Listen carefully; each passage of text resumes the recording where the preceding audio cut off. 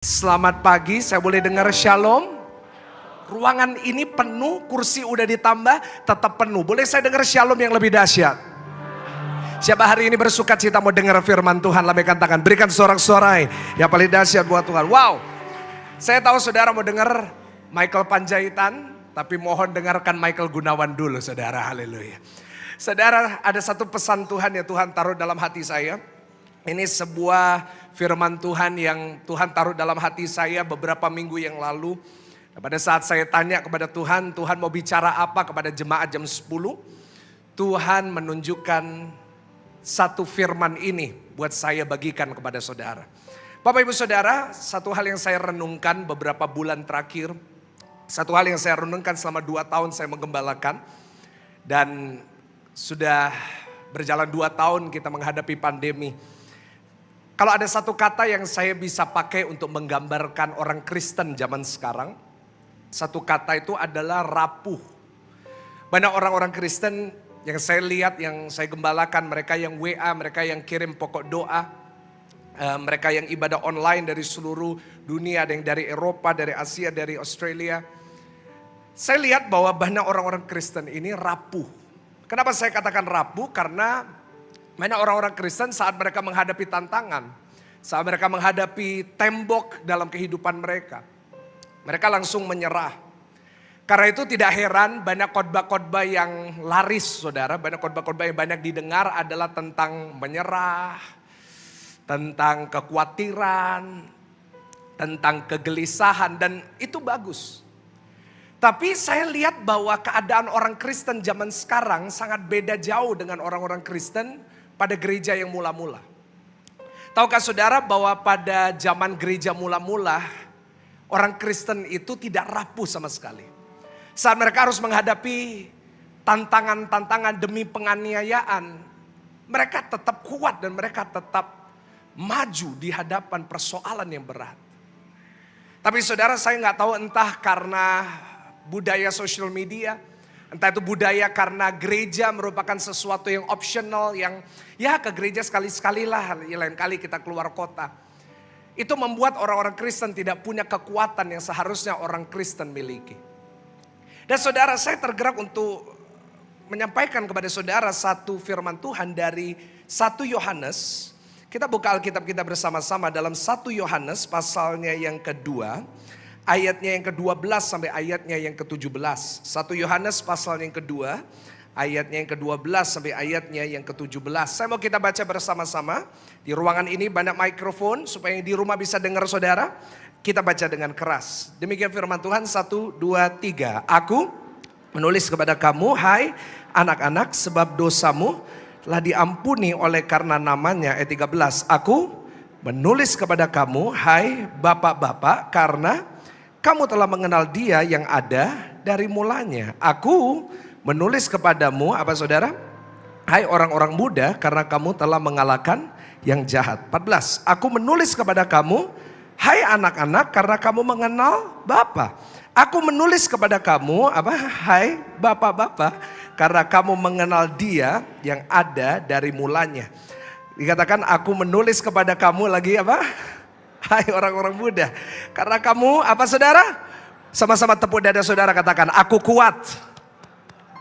Dan firman Allah diam di dalam kamu dan kamu telah mengalahkan yang jahat. 15. Janganlah kamu mengasihi dunia dan apa yang ada di dalamnya. Jikalau orang mengasihi dunia, maka kasih akan Bapa tidak ada dalam orang itu. Sebab semua yang ada di dalam dunia ini, yaitu sama-sama apa?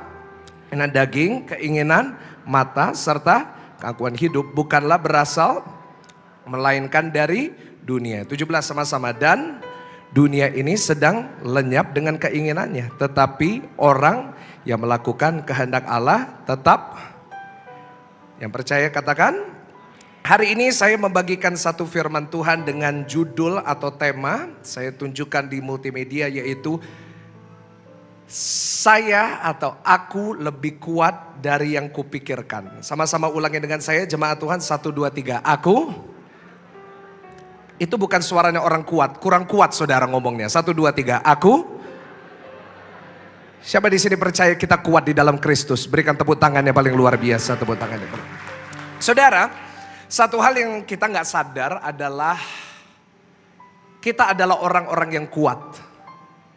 Kita adalah orang-orang yang punya kekuatan besar di dalam diri kita. Yang percaya boleh katakan amin. Bahkan ditampilkan dalam 1 Korintus 10 ayat yang ke-13. Saudara gak perlu buka, saya tampilkan di slide 1 Korintus 10 ayat yang ke-13. Firman Tuhan dengan jelas mengajarkan kepada kita bahwa pencobaan-pencobaan yang kamu alami ialah pencobaan-pencobaan apa saudara? Sama-sama katakan biasa. Ngomongnya kurang gimana gitu saudara, katakan biasa gitu. Kasih tahu kanan kiri saudara, biasa. Jangan biasa yang tidak apa? Melebihi kekuatan saudara manusia kan? Berarti pencobaan yang saudara hadapi tidak melebihi kekuatan saudara. Amin. Sebab Allah setia dan karena itu ia tidak akan membiarkan kamu dicobai melampaui apa? Artinya engkau punya kekuatan yang besar. Dikatakan pada waktu kamu dicobai, ia akan memberikan kepadamu jalan keluar. Sehingga kamu dapat apa? Menanggungnya. Sekali lagi tampilkan judul dari khotbah saya. Aku lebih kuat dari yang kupikirkan. Bahasa Inggrisnya saya suka banget. You are stronger than you think. Ulangin sama-sama dengan saya. You are stronger than you think. Saudara, orang-orang Kristen gak sadar bahwa di dalam dirinya ada kekuatan yang dahsyat. Boleh katakan amin? Bahkan firman Tuhan berkata roh yang di dalam kamu lebih besar daripada roh yang di dalam dunia ini. Firman Tuhan yang menjelaskan kepada kita bahwa di dalam diri kita ini ada kekuatan yang besar. Di dalam diri kita ini ada kekuatan yang dahsyat yang melebihi semua roh di dalam dunia ini. Tapi kenapa orang-orang Kristen jadi orang Kristen yang rapuh? Kenapa orang-orang Kristen gak bisa kuat menghadapi tantangan? Banyak orang menyerah, banyak orang bunuh diri, banyak orang ingin berhenti. Padahal firman Tuhan dengan jelas berkata, kau adalah orang-orang yang kuat. You are stronger than you think. Kau lebih kuat dari yang kau pikirkan. You are stronger than you think. Saudara, beberapa hari yang lalu, saya cari celana. Karena celana saya terbatas. Dan saya belanja waktu itu dengan istri saya ke Marks and Spencer. Kenapa? Karena yang cukup cuma Marks Spencer saudara ya kan. Saya ke Marks Spencer saya nggak di endorse by the way saudara ya. Tapi kalau ada pemiliknya Marks Spencer mau endorse juga nggak apa-apa ya. Saudara saya lagi jalan-jalan di bawah ya. Mana istri saya ya. Somewhere there. Saya sama istri saya lagi jalan di Marks Spencer, kami lagi lihat-lihat celana. Saya ambil salah satu celana kelihatannya bagus. Saya lihat, ih gede banget. Gede banget. Saya lihat, waduh gede banget. Saya ngomong sama istri saya, ini kebesaran buat saya.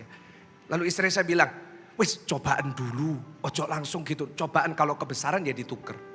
Saya lihat, gak mungkin ini terlalu besar.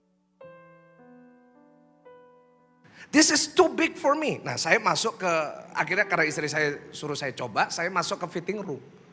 Waktu saya coba celana itu, gak taunya kekecilan saudara. Lalu Roh Kudus bisikan ke saya, hey you are fatter than you think. Haleluya. Ya kan, karena itu saya terinspirasi dengan firman Tuhan ini. Pada orang Kristen berkata, masalah ini terlalu besar buat saya. Padahal Roh Kudus berkata kepada saudara, saudara lebih kuat, saudara lebih dahsyat, saudara lebih dari pemenang. Kasih tepuk tangannya paling dahsyat. Tepuk tangannya, you are stronger than you think. Kau lebih kuat dari yang kau pikirkan. 1 Yohanes 4 ayatnya keempat. Tampilkan 1 Yohanes 4 ayatnya keempat. Kamu berasal dari Allah anak-anakku dan kamu telah mengalahkan nabi-nabi palsu itu. Sebab roh yang di dalam kamu apa saudara? Tapi kenapa saudara ke kamar mandi sendirian gak berani? Kenapa kalau lewat kuburan saudara permisi gitu? Roh yang di dalam kamu lebih kuat. Daripada roh yang di dunia ini. Tapi kadang-kadang kita kalah dengan roh yang dari dunia ini. Secara cepat apa sih roh yang ada di dalam dunia ini? Kadang-kadang kita suka pakai ayat ini tapi gak ngerti maksudnya. Saudara saya catat roh yang di dalam dunia ini adalah roh iblis. Ulangin sama-sama dengan saya apa roh? Roh iblis. Kalau bukan dari Tuhan pasti dari apa? Dari iblis. Kalau bukan berasal dari Bapa pasti berasal dari Bapa yang lain. Yaitu iblis. Karena kita hanya bisa mengabdi kepada satu Tuhan. Tak kau mau mengabdi kepada Tuhan atau kepada Mammon? Pilihlah kepadamu hari ini kepada siapa engkau akan beribadah. Tuhan atau setan? Tapi firman Tuhan berkata, tetapi aku dan keluargaku, aku akan melayani Tuhan. Amin saudara? Nah, apa sih roh yang seringkali berusaha untuk menjatuhkan kita? Nah, saya akan tunjukkan kepada saudara. Ada dua roh dari iblis yang iblis kirim hari-hari ini. Yang iblis usahakan untuk menghancurkan kita orang-orang Kristen. Setan akan membuat kita berpikir bahwa kita lemah. Setan akan membuat kita berpikir bahwa kita gak bisa apa-apa. Padahal firman Tuhan berkata roh di dalam kamu apa lebih besar, lebih kuat. Nah, apa dua roh yang sering dikirim oleh iblis? Yang pertama, roh yang dikirim oleh iblis untuk menjatuhkan kita adalah roh pencobaan. Ulangin sama-sama dengan saya apa? Roh pencobaan. Dalam 1 Yohanes 2 ayat ke-16 dikatakan keinginan dagingmu, keinginan matamu, keangkuhan hidup. Ini adalah 3 cobaan yang sering dikirim oleh iblis. Dan kadang-kadang orang Kristen kalah di sini. Saya tampilkan pencobaan yang selalu datang adalah the lust of the flesh. Itu keinginan daging. Kadang-kadang banyak orang Kristen kalah dengan keinginan dagingnya. Karena dagingnya lebih kuat dari rohnya. Karena itu jadi lemah. Banyak orang-orang Kristen kalah dengan daging. Saya lihat sampai hari ini banyak orang-orang Kristen masih belum berani ke gereja. Saya selalu tanya, kenapa gak ke gereja? Takut. Tapi saya lihat di Instastory-nya lagi di babi guling Pak Malen. Saya jadi bingung. Saya waktu itu pernah ke Bali. Saya lagi makan di salah satu tempat es krim. Salah satu tempat gelato. Saya gak sebut namanya karena saya gak di endorse. Tapi kalau di endorse namanya Gusto Gelato. Sekali lagi kalau ada yang pemiliknya saudara boleh. Saya lagi makan, tiba-tiba satu rombongan datang. Waktu satu rombongan datang mereka kaget lihat saya. Kenapa? Satu rombongan itu jemaat semuanya. Dan mereka sampai hari ini belum beribadah. Lihat. Kadang-kadang keinginan daging melebihi keinginan roh kita. Dan seringkali orang Kristen kalah karena itu. Gak mau ke gereja. Maunya memuaskan daging. Tapi saat mereka ngadepin persoalan carinya Tuhan. Dan sering bilang Tuhan gak ada, Tuhan gak peduli dengan aku. Ini yang sering iblis kirim buat orang-orang Kristen. Iblis datangnya buat saudara zaman sekarang. Datangnya, sorry ya. Bukan dalam bentuk pocong atau gondoruo. Hari-hari ini iblis datangnya lewat cara yang lain. Gak apa-apa lah hari Minggu gak usah ke gereja. Sepedaan aja keluar kota. Ya kan? Gak apa-apa lah hari Minggu kita jalan-jalan lah. Ini waktu sama keluarga. Dan yang kedua, iblis seringkali datangnya menyerang kita, yaitu lewat keinginan mata. Setiap hari we are on our phone, setiap hari kita berada di handphone kita. Di sini semua punya Instagram kan? Karena setiap hari lihat reels, setiap hari kita lihat posting. Bapak-bapak setiap hari lihat jam tangan dan mobil. Ibu-ibu setiap hari lihat tas. Gimana nggak kepingin setiap hari yang dilihat itu? Kenapa? Karena iblis tahu kalau iblis mau menghancurin orang Kristen nggak perlu nakut-nakutin. Yang kedua, tinggal pakai kelemahan kita, dikirim roh pencobaan yaitu keinginan apa? Mata. Banyak orang-orang selingkuh karena keinginan mata. Setiap hari di TikTok lihatnya yang nari-nari. Banyak ibu-ibu akhirnya jatuh dalam utang kartu kredit. Ada banyak yang curhat sama pendeta. Nah pendeta tuh gitu, jadi tempat curhat saudara. Pak, saya utang kartu kredit 700 juta. Ih darah Yesus 700 juta. Terus dia bilang sama saya, tahu gitu saya gak utang kartu kredit, tahu gitu 700 juta. Aku sumbangkan ke gereja. Haleluya. Kalau ada malaikat di atas pasti teriak bohong. Keinginan mata kita seringkali membuat kita jatuh. Banyak orang-orang kena tipu investasi bodong. Saya kok tahu sih, karena di WA saya, di website kita, permohonan doa itu ribuan. Setiap bulan ribuan. Kenapa? Lihat bunga besar, keinginan mata. Wah, ini dia. Masuk uanglah. Dan yang ketiga, keangkuhan hidup. Kalau yang namanya iblis gak bisa membuat kita jatuh dari daging dan mata. Iblis akan membuat kita sombong. Dan inilah yang seringkali membuat kita jatuh. Tetapi tahukah saudara bahwa Tuhan sudah memberikan kita kekuatan menghadapi pencobaan ini. Yang setuju boleh katakan amin. Jangan bilang saya gak kuat, Pak. No. Firman Tuhan berkata kau lebih kuat dari yang kau pikirkan. You are stronger than you think. Kau lebih kuat dari yang kau pikirkan. Jangan pernah bilang, Pak saya gak mampu. No. Firman Tuhan berkata saudara lebih kuat dari yang saudara pikirkan. Sama-sama tepuk dada saudara katakan, saya lebih kuat dari yang saya pikirkan. Kau lebih kuat menghadapi pencobaan itu. Kau lebih kuat menghadapi pencobaan dan tantangan dan godaan itu. Jangan pernah batasi diri saudara dengan budaya. Pak gimana lagi yang lain ngelakuin. Saya catat di slide, jangan sampai orang Kristen kalah dengan iblis hanya karena kita terseret dengan budaya dunia. Loh Pak yang lain ngelakuin loh Pak. Yang lain juga kayak gitu, kenapa saya gak boleh? Akhirnya salah satu alasan yang sering kita pakai, ini alasan klasiknya orang Kristen. Saya kan masih saya juga ada keinginan. Saya kan juga manusia. Tetapi saya ingin katakan kepada saudara, saya mau sadarkan kepada setiap saudara yang hadir. Firman Tuhan berkata di dalam Kristus kita manusia baru. Sama-sama katakan manusia baru. Karena itu hari ini jangan pernah saudara berkata dengan saya, Pak Pendeta saya gak kuat. Pak Pendeta saya memang tergoda. No. Jangan kita mau kalah dengan iblis karena kau lebih kuat dari yang kau pikirkan. Kita manusia baru dalam Kristus. Dan saya tulis manusia baru dalam Kristus punya satu ciri khas. Yaitu bisa menahan diri. Ulangin sama-sama dengan saya, apa menahan? Kenapa Daniel tidak kalah dengan yang lain? Kenapa Daniel tidak kalah dengan Raja Nebukadnezar? Kenapa Daniel di dalam goa singa dia tetap menang? Karena Daniel punya ciri khas. Dia bisa nahan diri. Dia berpuasa 3 hari 3 malam. Dia bisa menahan diri. Kenapa? Dia gak mau jatuh kepada cobaan iblis. Dan doa saya kepada Tuhan adalah setiap jemaat GSJS. Kita jadi orang-orang Kristen yang bisa menahan diri. Yang mau katakan amin. Daniel gak tunduk sama budaya. Meskipun yang namanya Daniel, semua orang menyembah patung, semua orang makan makanan penyembahan berhala, dia gak mau. Yusuf tidak tunduk sama budaya. Yusuf gak terseret dengan budaya.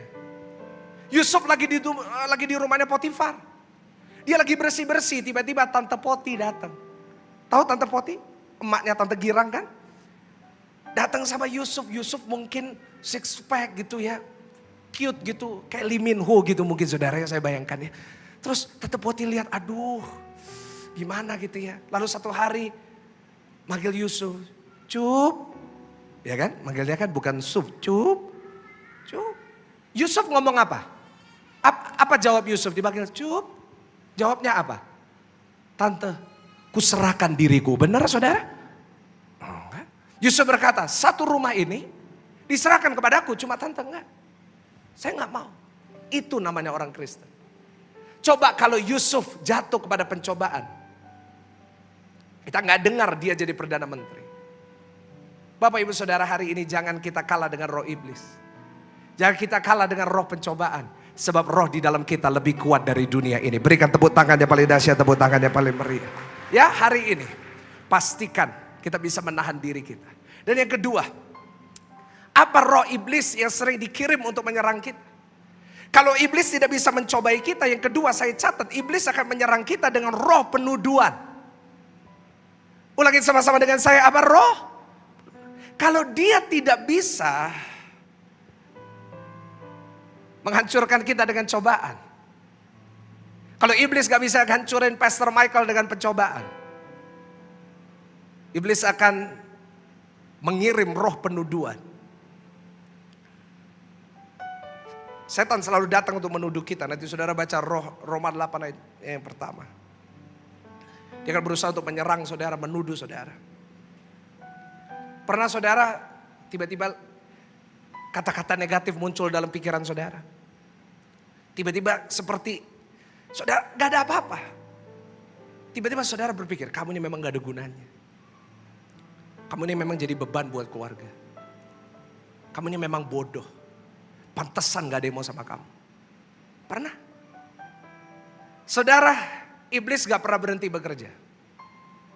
Kenapa saya perlu sampaikan ini kepada jemaat? You are stronger than you think. Kau lebih kuat dari yang kau pikirkan. Karena iblis tidak pernah berhenti menyerang kita. Kenapa saya tahu? Karena iblis gak pernah berhenti nyerang saya.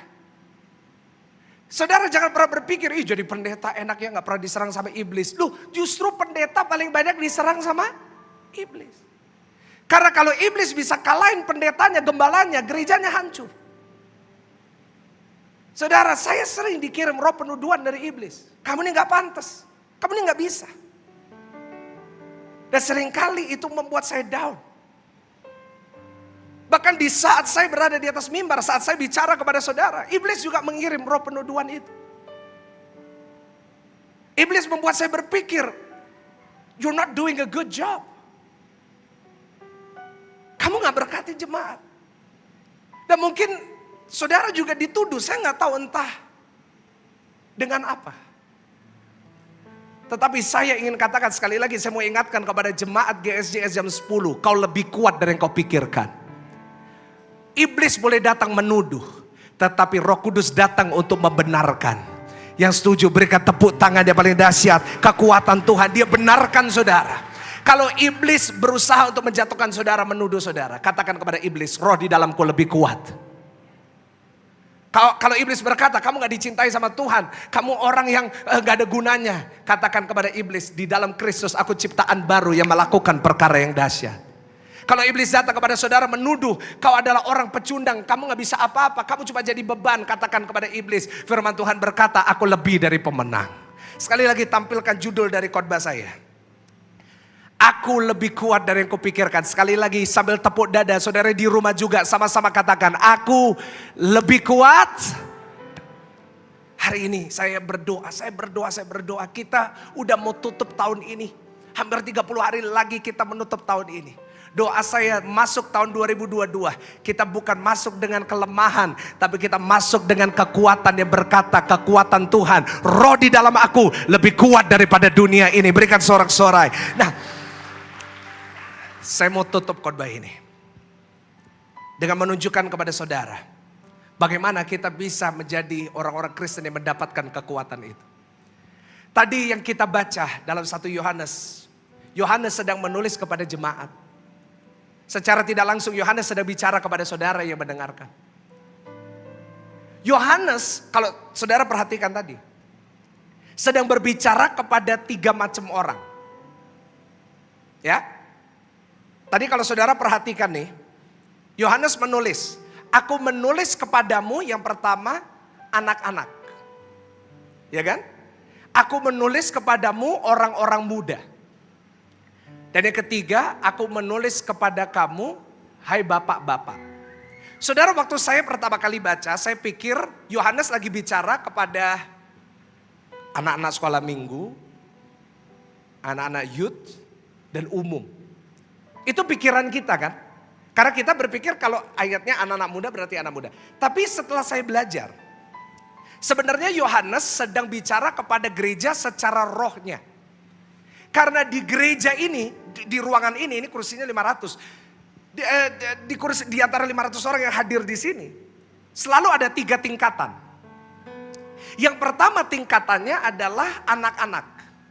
Yang kedua adalah orang-orang muda di dalam rohnya, rohaninya. Dan yang ketiga adalah bapak-bapak. Dan Yohanes mengatakan kepada kita, kalau kamu bisa mendapatkan level yang ketiga, 3 level ini kau lalui, maka kekuatan Tuhan di dalam dirimu pasti sempurna. Secara cepat saya mau tunjukkan kepada saudara. Yang pertama, kita buka 1 Yohanes pasal yang kedua ayat yang ke-12 sampai 14. 1 Yohanes pasal yang kedua ayat yang ke-12. Ayat 14, saya akan bacakan kepada saudara secara cepat. Dikatakan, aku menulis kepada kamu, hai anak-anak, sebab dosamu telah diampuni oleh karena namanya. Ayat 14, aku menulis kepada kamu, hai, apa saudara lagi? Anak-anak. Karena kamu mengenal siapa? Ini yang pertama. 3 tingkatan rohani orang Kristen. Coba introspeksi, saudara di mana? Yang pertama adalah tingkat anak-anak. Tingkat anak-anak. Nah, gereja Tuhan 90% adalah orang-orang Kristen yang tingkat anak-anak. Ini ada penelitiannya. Ada satu lembaga penelitian meneliti gereja-gereja, membuat survei. 90% jemaat itu anak-anak masih. Nah, dan ini nggak salah. Karena banyak orang masih baru di dalam iman.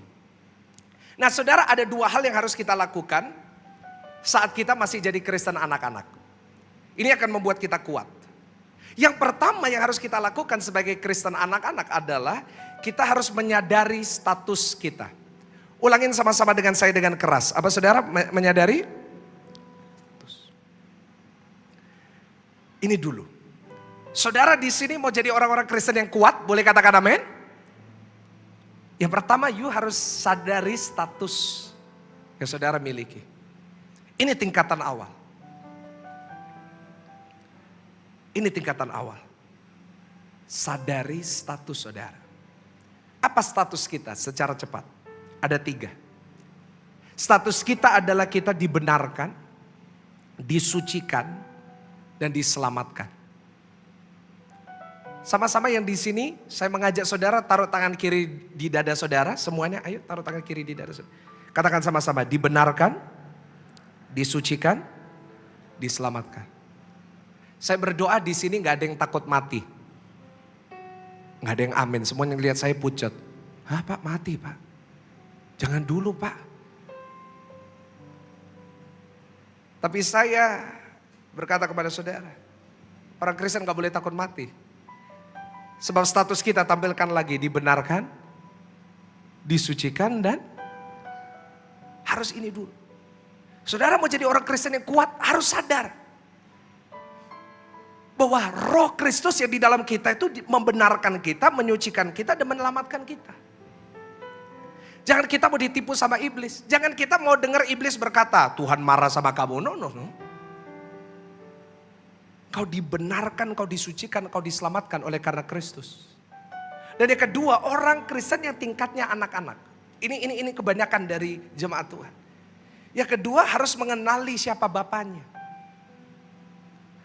You have to know your father.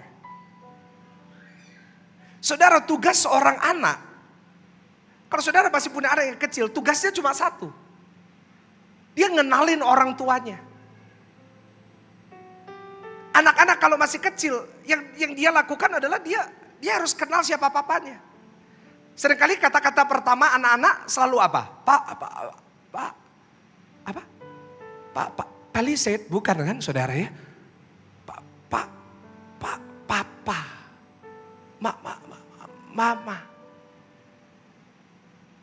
Tugasnya anak-anak nggak mikirin yang lain, nggak mikirin mobil, nggak mikirin rumah. Tugasnya seorang anak adalah kau harus kenal siapa papanya. Kau harus kenal siapa mamanya.